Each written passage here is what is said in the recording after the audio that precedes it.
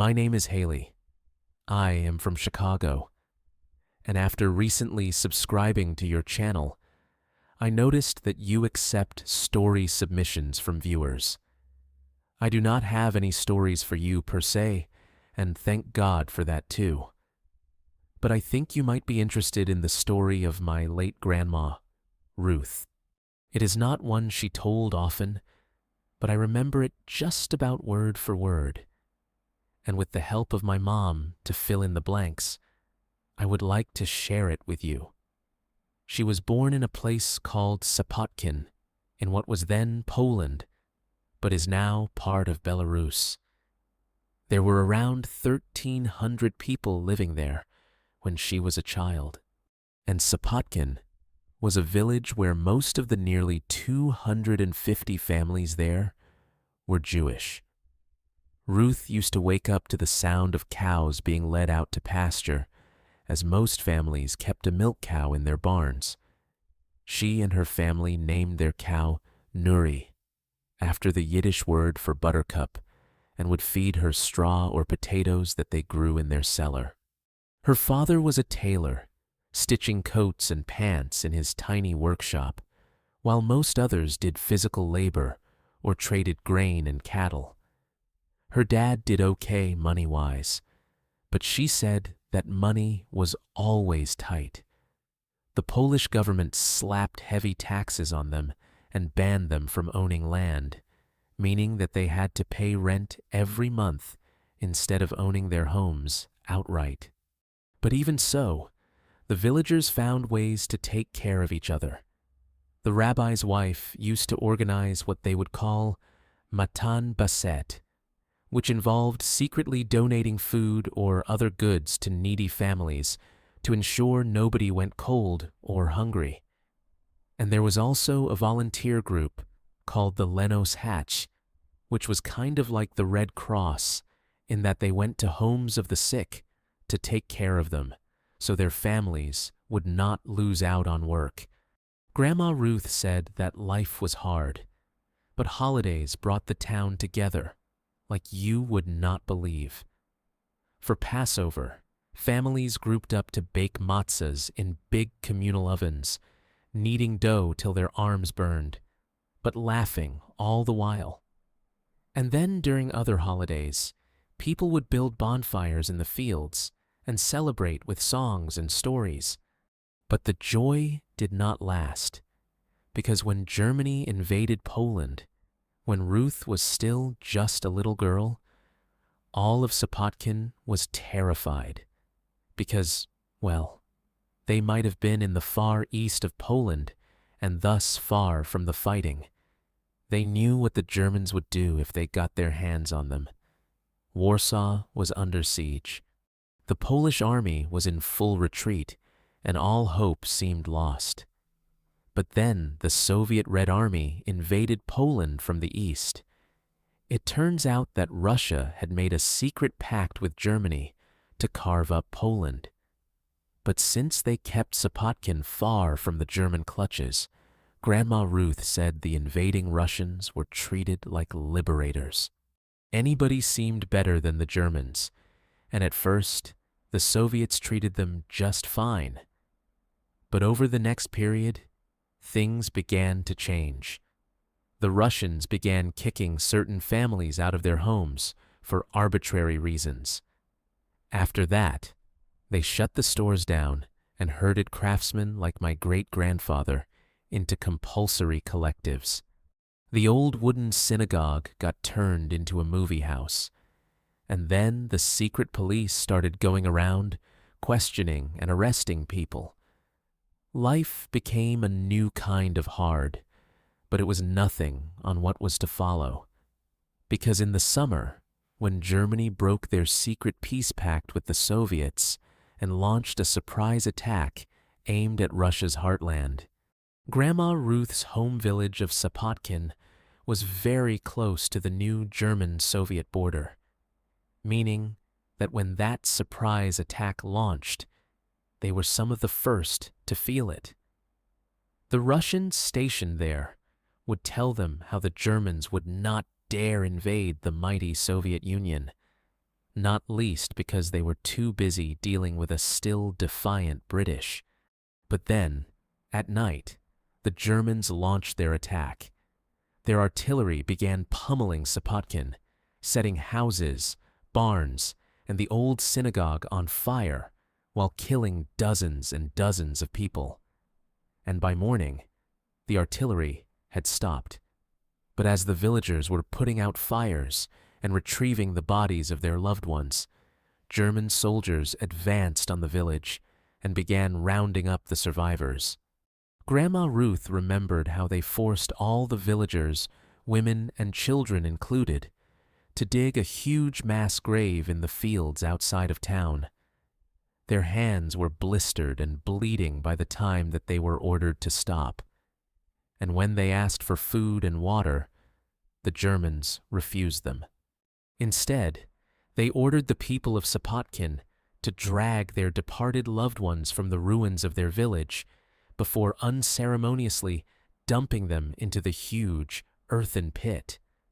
Grandma said it was truly horrifying, and at one point, she saw a neighbor carrying what was left of his wife toward the pit. She was in pieces, and so was he. And yet the young German soldier who shepherded him showed him no pity at all.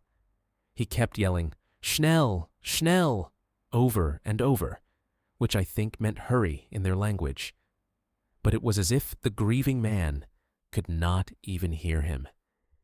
He just kept walking toward the pit, carrying his wife's remains, whispering prayers for the dead under his breath. Grandma Ruth always said that they might have survived had the Germans not made the fateful discovery that more than 2/3 of the village were Jewish. But once they did, all hell broke loose.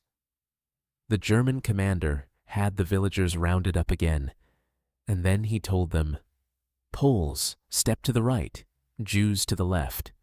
People only realized what was happening when the Germans began marching the town's Jews back toward the mass grave. Villagers began to break from the column, yelling out, "Run for your lives!" only to be shot dead by German soldiers. A few brave men rushed the captors and attempted to overpower them, but there were too many Germans and too many guns.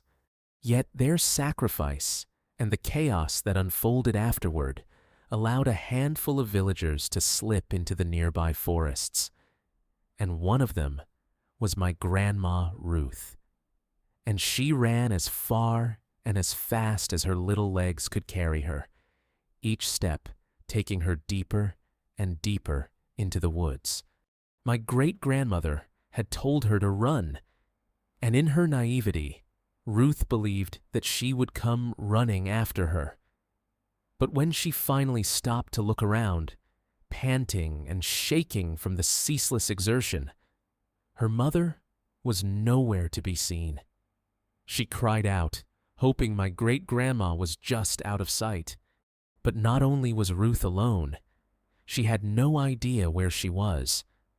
The only thing she did know is that she could not go home. And so instead, she carried on walking in the opposite direction, hoping that she might find safety before the Germans found her. She said she walked for hours and hours, stopping only to drink from the canal before she swam across one of its narrower points. That would have killed her had it been winter, but the warm summer evening kept her from shivering, and her clothes were almost dry again by nightfall. Ruth tried to keep going, but before long it was so dark that she could barely make out the ground in front of her. She knew that she had to find a place to stop and rest for the night, but just as she was about to stop and curl up on the forest floor where she was, she spotted the glow of a campfire through some distant trees. Grandma Ruth kept on creeping through the woods, getting closer and closer to the fire, when she suddenly saw a big makeshift shelter made of mud, leaves, and some dead wood. Over the fire was a huge cauldron of something which boiled and bubbled, and it was only when she got closer that she realized that hanging from branches all around were the bodies of skinned and headless animals. Grandma Ruth said that she was terrified and believed that she had come across the home of some witch. Then, when some old hunchbacked woman came staggering out from under the blanket, which served as the shelter's door, her worst fears were confirmed. The woman had patchy gray hair, a hooked nose, and small, beady eyes which locked on her in an instant. Grandma Ruth remembered a crooked smile stretching that woman's lips, revealing a mouth of blackened, decaying teeth, and then she ran, exhausted, but renewed with terror as this old woman called after her through the darkness. "Little girl, come back here at once," she cried, trying to sound motherly at first. But Grandma Ruth soon heard the woman lose her temper as she screeched out, "I will find you. Just you wait and see." Grandma Ruth said that she could remember that feeling of terror. She had just lost her family and then found herself being hunted by some forest witch. But looking back on it, that was obviously not what happened. That woman was no doubt a local villager, one who had been kicked out of her home by the Russian occupiers, and many such people took to living in the forest, preferring a life in the wild to one in a Soviet labor camp in the country's Far East. The woman no doubt wanted to help my Grandma Ruth, but in her traumatized and exhausted state, she assumed the worst and went running off into the forest again. She said it was awful, that she tripped and fell and hurt herself many times, but driven near mad with horror, she could not stop herself. She grazed her knees, tore up her elbows, even bashed her head on the root of a tree so hard that she felt blood oozing from her hairline. But she only stopped when she was sure that she was safe. And after curling up among the crook of some tree stump, she soon fell asleep. Grandma Ruth said the nightmares woke her up before dawn. She was screaming in her dreams, and then she was screaming when she woke up too. And since she was frightened that someone might have heard her, she was soon on the move again. She walked for hours again, feeling her stomach starting to rumble, but not daring to touch any of the many mushrooms and fungi which sprouted from the earth around her. Yet the longer she walked with no food or water, the more she weakened, and she knew that it would not be long before she could no longer walk at all. So imagine her joy when she found a wide dirt path snaking through the trees, because this, no doubt, led to a settlement, and a settlement meant salvation. Grandma said that she felt a sense of hope for the first time as she followed the track through the woods, a sense of hope which only doubled when she heard the sound of an engine heading down the track toward her. Since it was coming from the direction she was traveling, Grandma assumed it was a truck full of Russian soldiers headed to the front lines. But when it came into view, her heart jumped into her throat. Because it was not the green of a Russian military truck, the truck was a distinctly German gray. Grandma Ruth rushed off the track and into the trees, knowing that the truck's driver must have spotted her. She could run and risk being shot by any soldiers in its rear, or she could gamble her life on a hiding place. I am not sure how she managed to hold her nerve and select a suitable hiding place in what must have been mere seconds of deliberation. But that is what she did.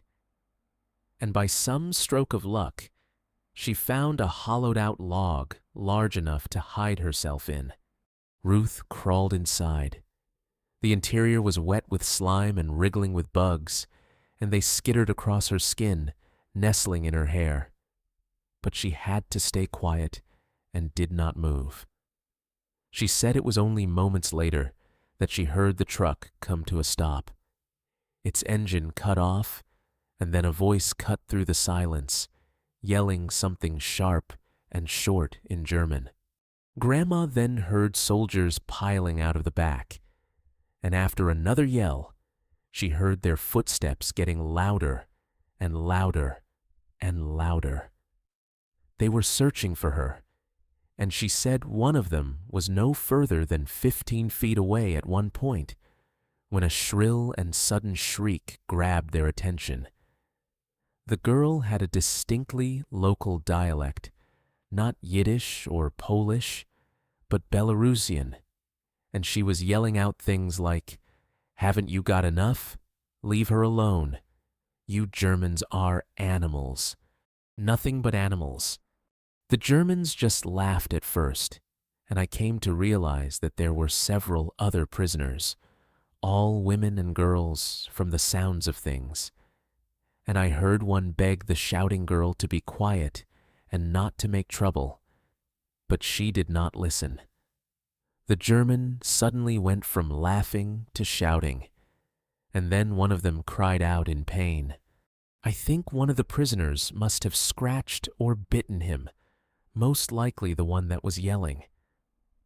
But after she cried out, it went from calm to chaos.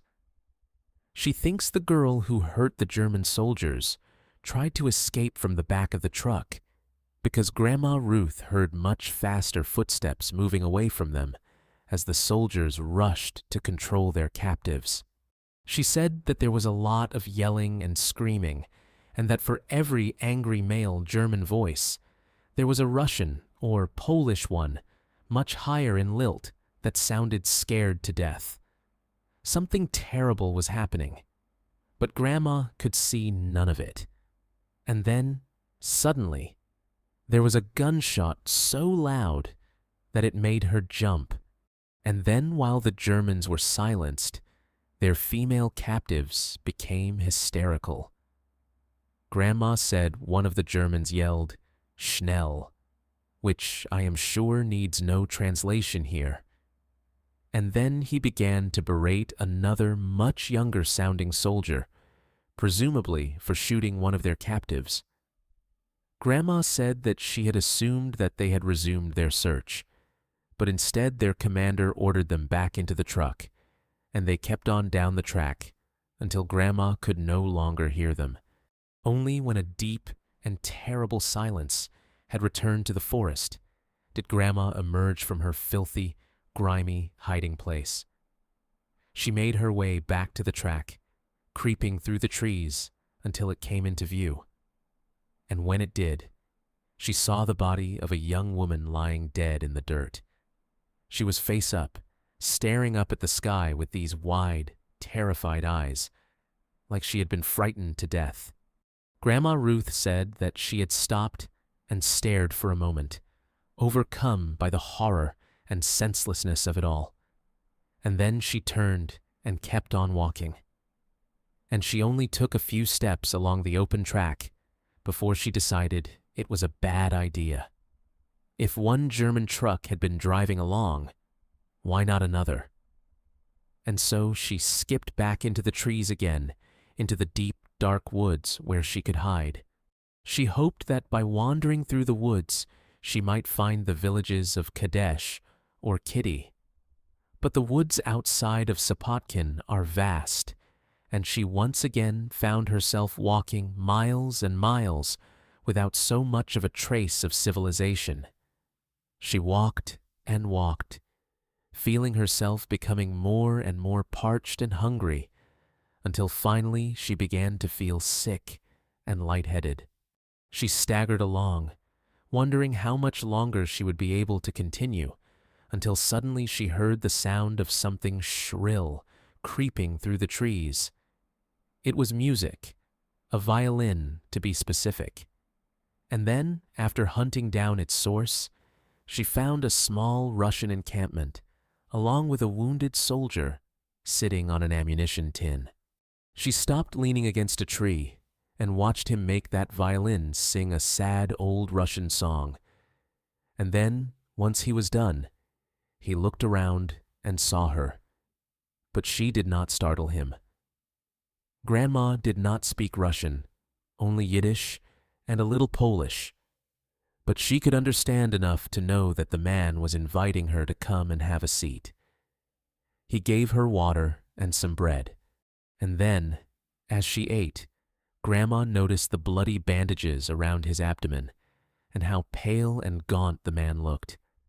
When he talked, she barely understood a word of what he said, but it was clear that he was dying, and that in his final hours, he only wished to play his violin.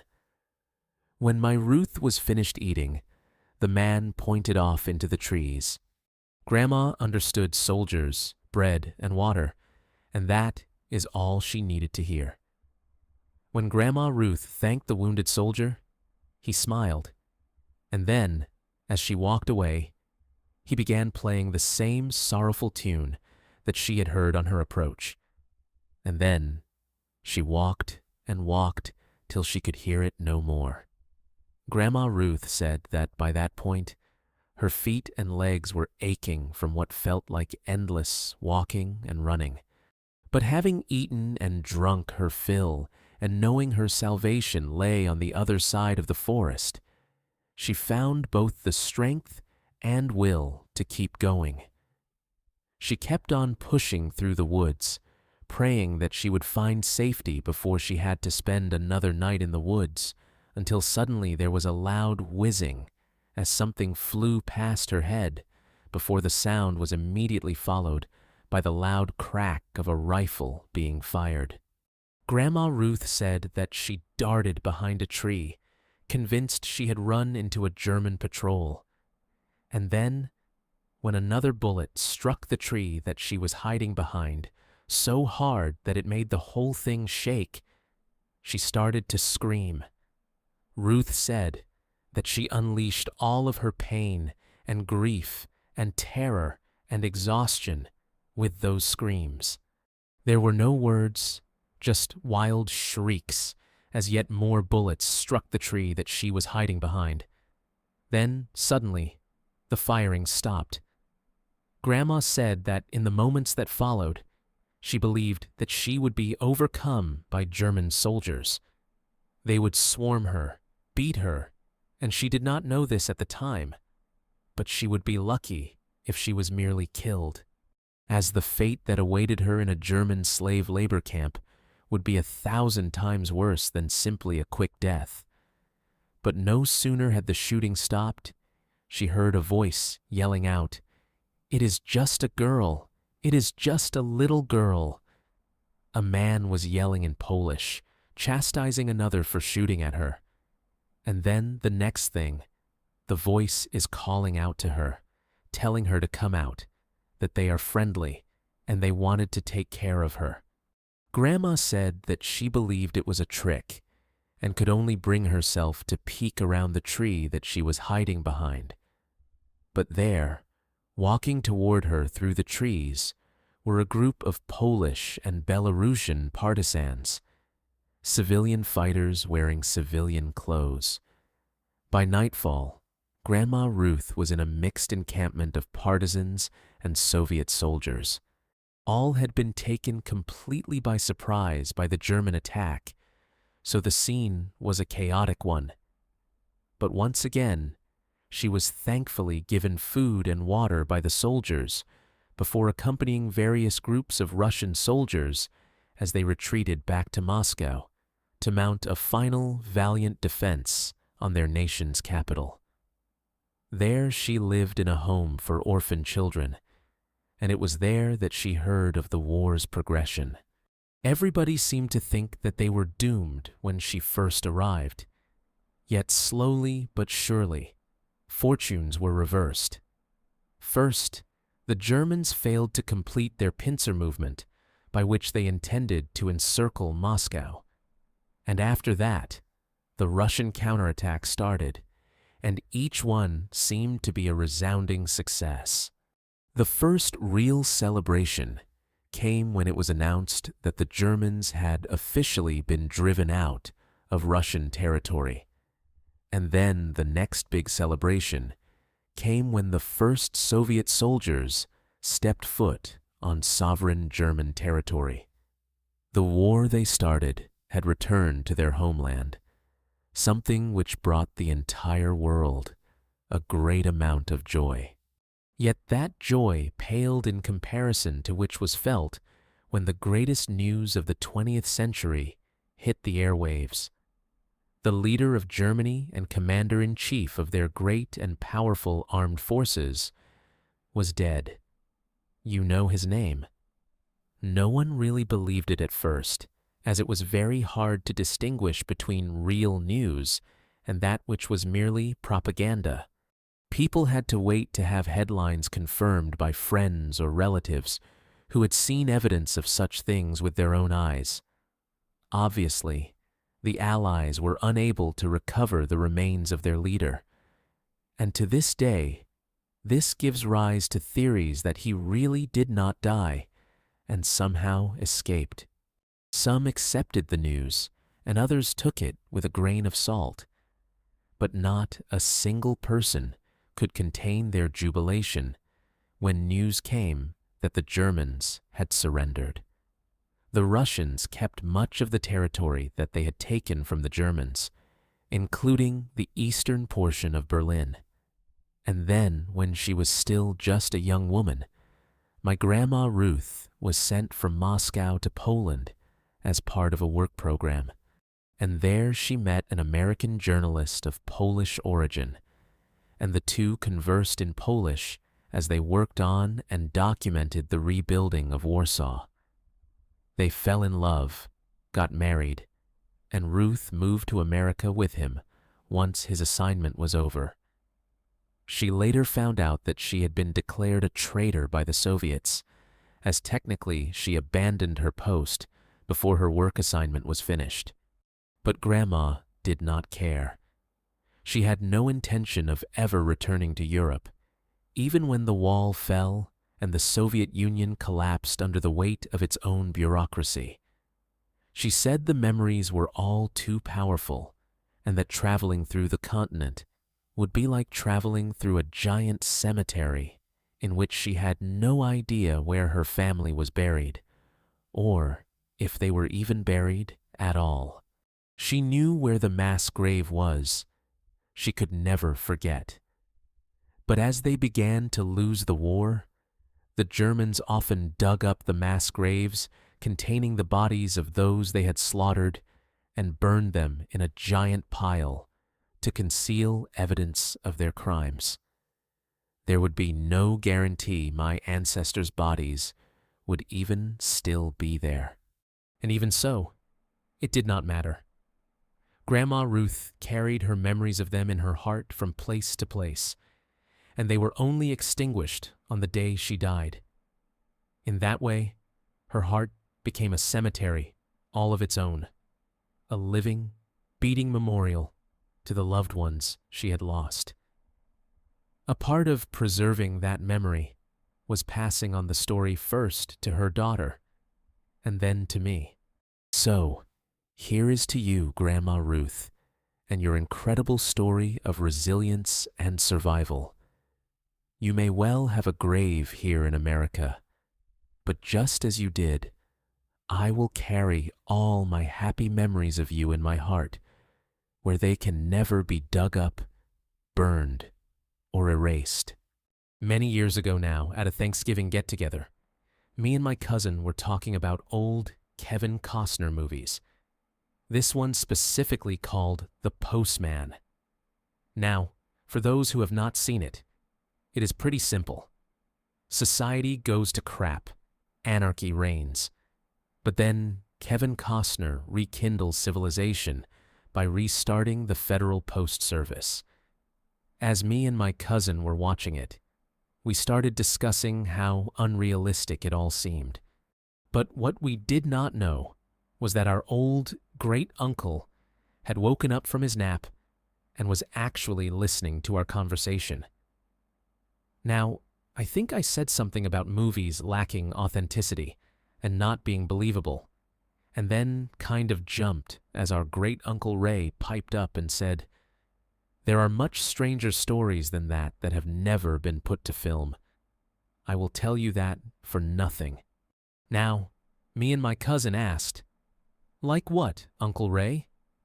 To which he replied, "Like, what about a story about a town called Story and the Wolf Man living out near Murder Creek?" My cousin and I waved him off, saying that there was no such story about a town called Story and no such place called Murder Creek. But Uncle Ray swore blind that it was true, and he even said that he met the Wolf Man and that he was covered in hair and had these big yellow eyes, and that he was as real as you or me. When me and my cousin responded, "Swear on the Bible, Uncle Ray," he told us he would swear on anything we wanted him to. And then, in exchange for grabbing him another beer from the fridge, this is the story he told us. Our Uncle Ray was born in a little Arkansas town called Mount Ida, back when it was the largest town in Montgomery County. But there were only a couple of hundred people living there at the time that the story actually took place. The rest were spread out among little hamlets named things like Malden, Gibbs, Washita, and Story.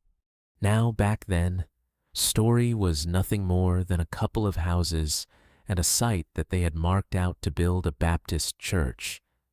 But just like today, it is almost entirely surrounded by dense pine woods as it resides on the western edges of the national forest. Uncle Ray went to high school with a girl who lived up in Story named Emily Barlow. She was a pretty young lady with light blonde hair and big blue eyes, and all the boys at school had a crush on her. But then, one day, a young Emily walked off into the woods to find a toy arrow her little brother had lost. But she did not walk out again. She was found a few hours later by her distraught father and uncle, and what they saw horrified them. Emily Barlow had been beaten to a pulp and stripped of her clothes, and when they found her, she was clinging to life. A doctor was summoned, who arrived at the Barlow residence as quickly as he could. And then, after stemming the girl's internal bleeding and administering a cutting-edge treatment known as a blood transfusion. At the time, Emily's father was told the girl might just live. Thankfully, Emily Barlow did end up surviving her ordeal, but was unable to describe her attacker until she was properly rested. And yet, when she did, the blood of those who heard her description ran cold. Because according to young Emily, the thing that attacked her was no man, but a monster. Emily said she had been walking through the woods, eyes on the ground, in search of her brother's toy arrow. He had been crying about losing it for almost an hour. So rather than listen to him wailing on about it for any longer, she took it upon herself to find it for him. And yet, as she walked through the pines, determined to stop her brother's crying, something jumped out from behind a tree and struck her so hard in the side of the head that she blacked out for a moment. She woke up on the ground with something on top of her, something which appeared to sport jet-black hair all over its body. It drooled as it let out a guttural growl, savaging her on the forest floor. And then, as she tried to resist, it began striking her again. The next thing she remembered, it howled before it rolled away from her and found its feet. She thought the ordeal was over, and that the creature believed that she was dead, until suddenly it lunged at her and began hitting her around the head and neck until she blacked out again. She later said that she believed that she was in heaven when her father and uncle first woke her up, And then when she realized she was not, the pain was so great that all she wanted to do was die. But then once she recovered, the only thing which frightened her more than that thought was the image of that monster writhing and howling on top of her. One of the men in attendance, when Emily described her attacker, was the county sheriff, and he soon organized a search of the woods around Story. A search which included not only deputies, but also a whole bunch of volunteers armed with shotguns and rifles. But on account of just how nervous and twitchy everyone was, it took just about all the deputies' organizational skills just to keep the volunteers from shooting one another. Needless to say, the hunt for Emily Barlow's attacker was unsuccessful. And the same could be said for the second hunt, which was mounted that very next day. But in the early morning hours of the third day, a deputy named Harlan got up before dawn, put on his uniform and a blaze orange hunting cap, and then went walking off into the woods with a rifle slung over his shoulder. According to my great-uncle Ray, Deputy Harlan was half Choctaw on his father's side, and that his daddy had taught him all kinds of hunting and tracking skills as a boy. The county sheriff had not wanted to let him off the leash, as it were, on account of all the volunteers. But on that third day, and tired of a bunch of clumsy but well-meaning hunters slowing him down, Deputy Harlan walked off into the woods to bag himself a monster. He started right back at the place the attack happened, and then from there, he wandered deeper and deeper into the woods until he reached a stream out near a hill they call Calibri Mountain. It was just after dawn had broken, so there was a soft blue light breaking through the trees.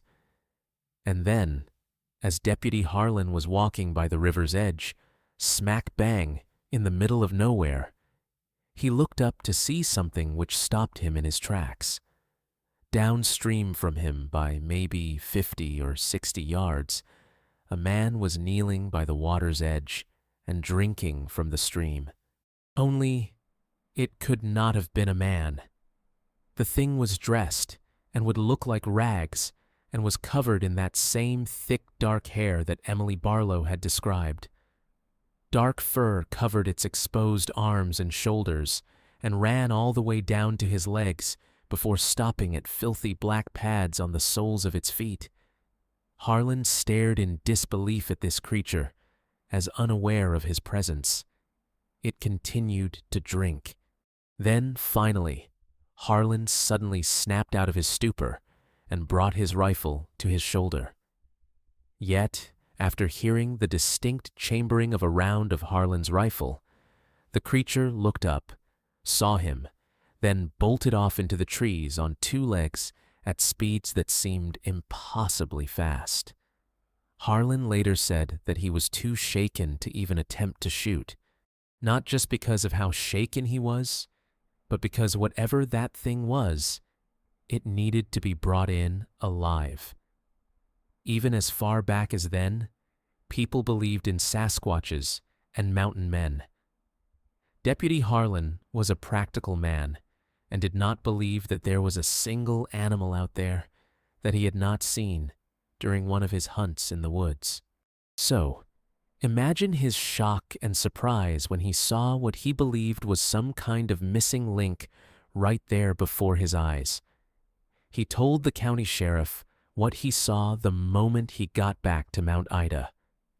And when he did, the sheriff went about organizing a third search to be conducted that very next day.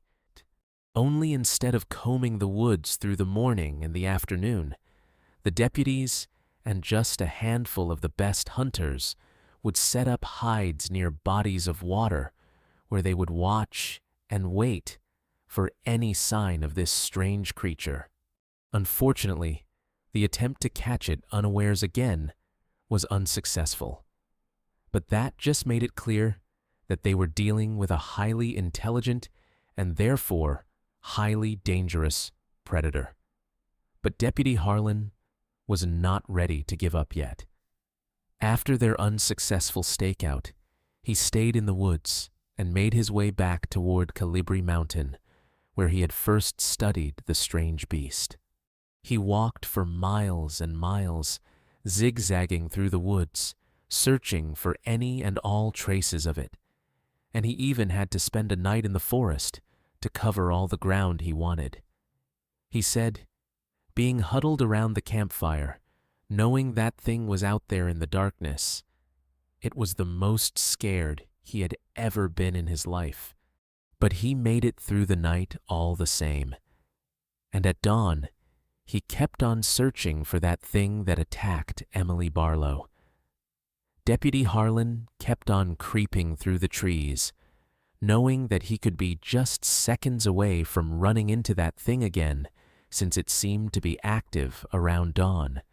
And then, right as he started to get within a mile or two of Murder Creek, which actually is a real place, we even looked it up, he started seeing all kinds of animal carcasses, all of which appeared to have been stripped of their meat. And when he found tufts of that thick black hair around some of the skeletal remains, Deputy Harlan knew that he must be close.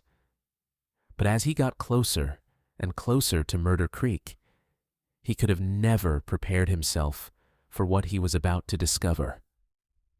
Because as he crept along the side of the hill, he spotted a small cave.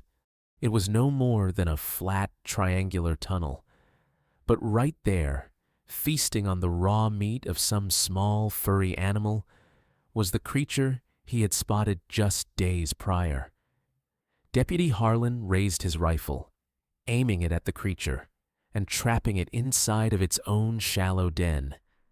But as it looked up and locked eyes with the deputy, he realized it was no wild beast, because despite the thick black hair covering the thing's body, its eyes were distinctly human.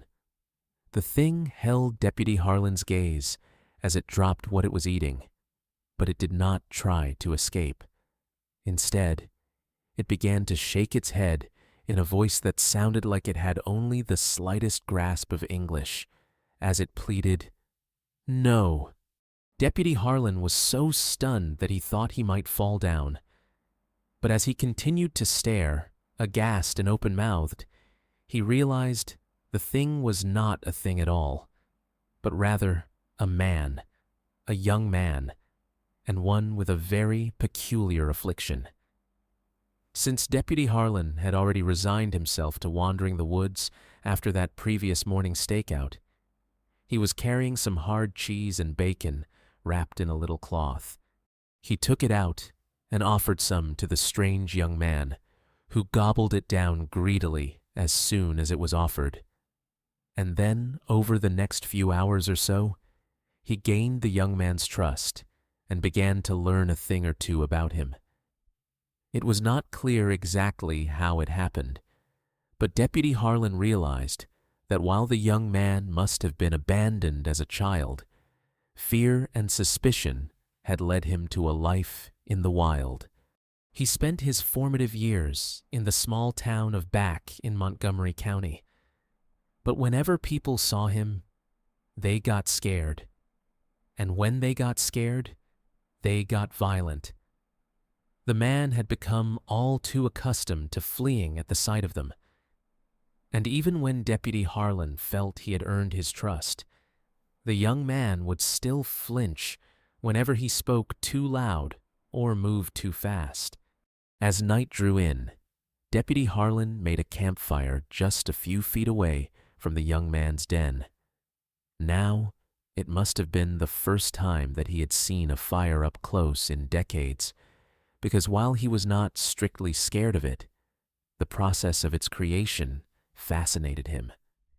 And then, while demonstrating a much stronger ability to comprehend rather than speak, Deputy Harlan spent that night convincing the strange young man to follow him back into town that next morning. not only to begin his reintegration into society, but to prove that he could not have been the one to attack young Emily Barlow. But then, right around the same time Harlan was earning the man's trust, something terrible was unfolding back in a tiny Montgomery County hamlet known as Sims. That afternoon, a homemaker by the name of Carol McCormick was putting away some of her husband's laundry. Prohibition had ended not just a couple of years before, and her husband Robert liked to enjoy a few drinks with his buddies after work without having to worry about the sheriff showing up to throw him in jail. And this meant that he would not be back till after dark. But this also meant that when she found a small silver heart necklace tucked into the back of his sock drawer with a name May engraved onto it, she had hours and hours to wallow in grief and anger before Bob finally came home. Carol was convinced her husband was having an affair. It had been months since he touched her. He was heading out at odd times to do things he did not want to talk about. And even worse, he had been forgetting to pick up her crocheting supplies from the Mount Ida General Store. And so, when he staggered through the door sometime around then, stinking of whiskey and cigarettes, Carol McCormick demanded to know who in the hell this May lady was. Her husband, unprepared for such an ambush, could not provide an answer to her question. And while Carol rather correctly interpreted this as a sign of Bob's guilt, he was not guilty of that which she accused him of. And when everything went down, when Carol suddenly realized who May was and who the necklace really belonged to, she ran screaming from the house and out into the night. Carol had remembered hearing something about how, while all of Emily Barlow's torn clothes were found around her body, one thing was missing from the scene: a necklace given to Emily by her sister, but one that had originally been a gift to her. And the name of Emily's older sister was Mabel Juliet Barlow, more commonly referred to as May. Carol knew most of that. Everyone knew everyone in Montgomery County back then. She just could not bring herself to entertain the possibility till she saw that look in her husband's eyes. But Bob did not just let her go that night. Oh no, he could not. He could not have his good lady wife going around telling tales and ruining his good reputation over what he considered to be a drunken mistake. And so, he followed her outside into the night and tried bashing her head in with a shovel. Carol's screams were the only thing that saved her life. That and the shotgun one of their neighbors held when he came out to see what in the hell was going on out there. He told Bob if he so much as moved, he would blow his goddamn head off. And then his wife came out to join him, and after gasping at the sight of her husband holding their beloved Bob at gunpoint, she grabbed the rope that he used to tie Bob up, and he was off in the direction of Mount Ida to grab the sheriff. Uncle Ray said Bob McCormick spent the night in the county jail and did so on 2 charges of attempted murder, among other things. The next morning, a still weak Emily was brought to his cell and asked if that was the man who attacked her. She did not have to say yes, because when she erupted into screams and cries, stumbling into the arms of her father to cry and cry and cry, it was all the confirmation anyone needed.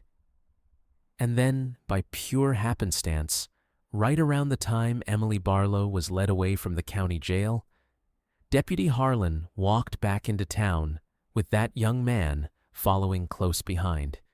Harlan had told him not to be scared, and that any sour reactions from the Mount Ida citizenry would be met with a brief but all-encompassing explanation. The man was no monster. He had an illness. He had been neglected, and it was time to start making things right for him. While Bob McCormick had to await the date of his trial in the county jail, the young man stayed with Deputy Harlan, along with his wife and young son. He was taught to live like a person again, how to wash and dress himself, and how to eat at a table using knives and forks. It was not an overnight transformation. It took time, and as he learned to speak again, the young man took the name Elias, another reason my great-uncle Ray remembered the tale so well. He took the name after Mrs. Harlan's Bible study sessions helped him learn to read, and saying he was inspired to do so by Elias's story. Elias was a man betrayed by his family, one who was sold into slavery and became a prisoner in a foreign land. Elias eventually forgave his family and reportedly told them in the scripture, "As for you, you meant evil against me, but God meant it for good to bring it about that many people should be kept alive as they are today." And by the time Bob McCormick was being sentenced to years of hard labor, Deputy Harlan was trying to find young Elias a job.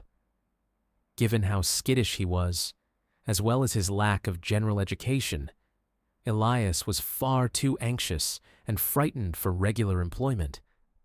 But Deputy Harlan did not give up on him. And after hearing of a freak show that was attached to a traveling carnival, he paid the show a visit when it passed through Montgomery County. But rather than find a cruel and exploitative operation that took advantage of the so-called freaks in its employment, Deputy Harlan found a sanctuary for such people. There was a bearded lady named Leela, a tiny little dwarf man who danced the Lindy Hop, and a fellow who called himself the Lizard Man, but who in reality just had some kind of skin condition. These people welcomed Elias with open arms, telling them that he was finally in a place where folk understood and did not judge. And then, since he was born and raised in a little town just down the road from Story, young Elias's stage name had just about been decided for him. For backstage, he would be Elias, their compatriot and co-worker. But to the audience, he would be the weird and wonderful Wolfman, and they would be charged money for the honor of seeing and talking to him. Word has it that Deputy Harlan cried a few silent tears on the day that the carnival left town, not out of sadness, but because of the way Elias had thanked him for saving his life. And then, after that, the story of Emily Barlow, Deputy Harlan, and the Wolfman passed on into legend and became a tale passed down from one generation to another. Like I said, my cousin and I went away and did our own research because we did not think that there was a single chance in hell that a town called Story and a creek called Murder were real places. And like I may have also said, every single piece that Uncle Ray mentioned checked out. And so, to me, the story of the Wolfman is all the proof I needed that sometimes the truth is far, far stranger than fiction could ever be. My name is Irina. I recently became a subscriber of yours, and I think I have a story from my younger years that you might be interested in. I currently live in London with my husband and my grown-up daughter, but I grew up in Russia during the Soviet times, and in the summer, when I was a 26-year-old junior researcher at the Leningrad Institute of Geology. My work was, in a word, boring. But back then, working at a university allowed you certain privileges, such as the opportunity for travel. So when I was offered a spot on a research trip set to Siberia, I jumped at the chance. Myself and a team of 7 other researchers flew from Moscow to Irkutsk, then to Krasnoyarsk. Then, from there, a much smaller plane would fly us out to a town on the banks of the Yenisei River named Zotino, where we would study nearby coal deposits. The plane was an old Antonov, the smaller propeller-driven kind that smelled of oil and was horribly uncomfortable to sit in. We sat on the metal benches holding our sample bags on our laps, shouting to be heard over the plane's rattling. But then, a couple of hours into the flight, the engines start coughing. First one, then the other. The pilot came on the intercom and said it was nothing to worry about. But only a minute later, the plane dropped hard. People screamed, and I remember gripping the metal bench so hard that the edge bit into my fingers. The sound of rushing air got louder and louder until it sounded like it was screaming.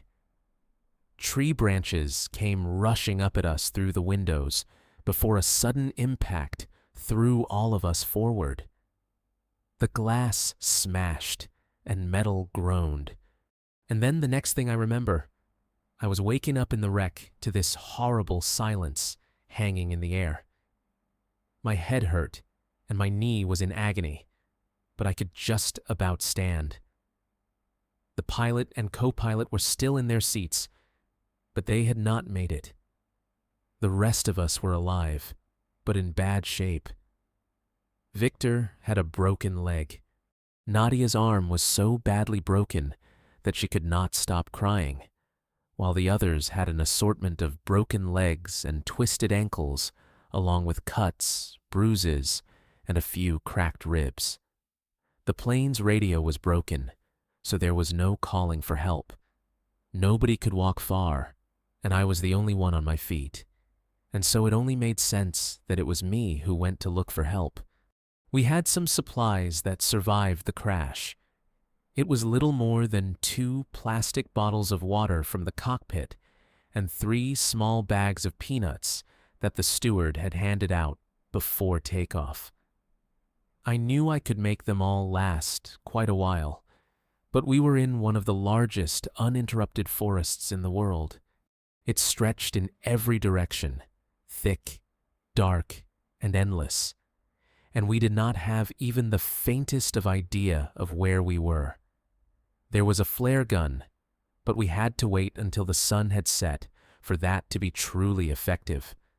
And until then, what choice was there other than to make the most of what little energy I had? I stuffed the bottled water and peanuts into my coat pockets, listening as my injured comrades wished me luck. And then I started walking toward what I assumed was the east. The first day was the easiest. I followed what looked like a game trail, one that was infested with mosquitoes, which bit at my face and neck. And by the evening time, my knee was throbbing, and I had already drank more than half a bottle of water. I stopped where there was a shelter, ate a handful of peanuts, and then slept against a fallen log for a few hours until it got too cold to sleep. On the second day, the wolves found me. I heard them first, their low howls far off at first, but then they got closer. I saw their shapes between the trees, all gray and thin, and there had to be at least 6 or 7 of them, and they did not rush or charge me. They just followed at first, keeping 20 or 30 meters back. I picked up a branch and waved it, shouting at the top of my voice to seem big and scary. They stayed away, but they did not leave. That night, I made a small fire with dried twigs and pine needles. I sat with my back to the flames, watching for any sign of those wolves, and before long, I could see the flames glowing in their eyes. I took a stick from the fire and waved it around while shouting in hopes that it would scare them off. It did not. They just kept watching and waiting. And by the third day, my water was almost gone, and the peanuts were down to 1 bag. My lips were cracked from the dehydration, and every single step hurt like a fresh wound. The forest looked the same in every direction. Nothing but tall pines and fallen logs covering as far as the eye could see. I started talking to myself just to hear a voice, telling myself the others back at the wreck were still alive and that I was going to make it. The wolves were still there, getting closer the more I slowed. I kept the branch in my hand like a club, but I knew that if they came for me, I was done for. Late on the fourth afternoon, I smelled wood smoke from a campfire, and as far as I thought, I was imagining it like a kind of forest mirage or something. But then I heard the sound of loud saws, and I started walking faster. My heart was beating so hard, it felt like it was going to burst, because I knew I had done it. And then, as the trees opened up a little, there it was. A small logging camp stretched out in front of me. There had to be 5 or 6 wooden huts, a big pile of cut logs, and a generator chugging away and belching out some black smoke. Men in padded jackets and felt boots moved between the buildings, but they did not seem to be Russian.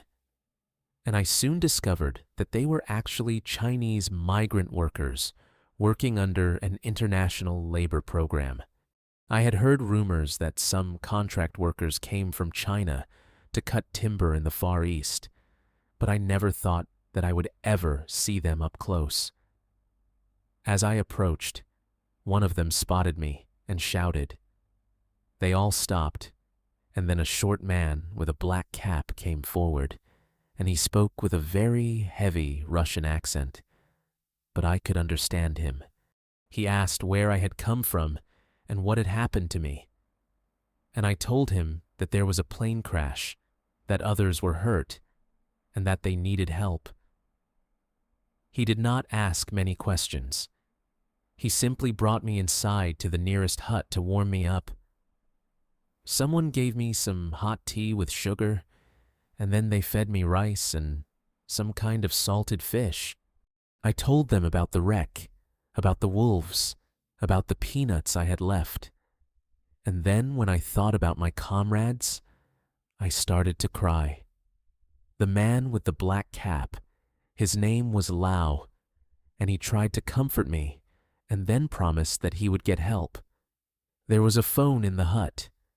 Lao picked it up, spoke fast in some Chinese, and then waited a few moments before he switched to Russian. He said that there were survivors who needed rescue, and then began reading off a set of coordinates while looking at a map. The search team came the next morning in 2 helicopters. They asked if they knew which direction I traveled, and since I had a rough idea, they flew us west. It looked like a great ocean of trees out there, like it would be impossible to find the wreck and my comrades. But then suddenly, someone pointed and shouted, and there it was. It looked tiny from the air, just a crumpled metal shape in that ocean of green. My comrades were still alive, huddled under a shelter that they made out of a tarp thrown over the crash plane's wing. When they heard the helicopters, some of them hobbled out and began waving. There were no places to land, so the rescue workers had to haul my wounded comrades up on stretchers attached to ropes. I was in a helicopter with Victor and Nadia. They were too weak to talk, but they did not need to. No words could have been adequate to describe what we felt in that moment. They took us to a hospital far away, and doctors set bones, gave us shots, and fed us broth. And then, after a week of treatment and rest, they flew us back to Leningrad. We thought that they would be happy to see us. But when our colleagues from the Institute met us at the airport, they looked nervous. And then, when we got back to the Institute, they told us the bad news. Thanks to our failure, the ministry had decided to cut our funding. That was how things worked back then. We were punished for things we had no control over, quite literally adding insult to injury. And I was back at work after about 6 weeks. And for a long time, my knee would ache whenever it rained. And sometimes at night, I would wake up sweating after nightmares about the wolves. I still have one empty peanut bag in a drawer at home. It is faded and torn, but it serves as a reminder of what I have lived through and achieved. We survived not just because one person could walk, but because others were kind, and because sometimes fate gives you a chance. Hey friends, thanks for listening. Click that notification bell to be alerted of all future narrations as I release new videos every Monday and Thursday at 9 p.m. Eastern Time. And there are super fun live streams on Sundays and Wednesday nights. I would love to see you there. If you got a story, be sure to submit them over at my email, letsreadsubmissions@gmail.com, and you might even hear your story featured on the next video. And if you want to support me even more, grab early access to all future narrations and bonus content over on Patreon, or click that big join button to hear about the extra perks for members of the channel. And check out the Let's Read podcast, where you can hear all of these stories in big compilations, located anywhere you listen to podcasts. I also have a true crime channel called Saturn Soul. All the links for everything are down in the description below. Thanks so much, friends. And remember, if not friend, why friend-shaped?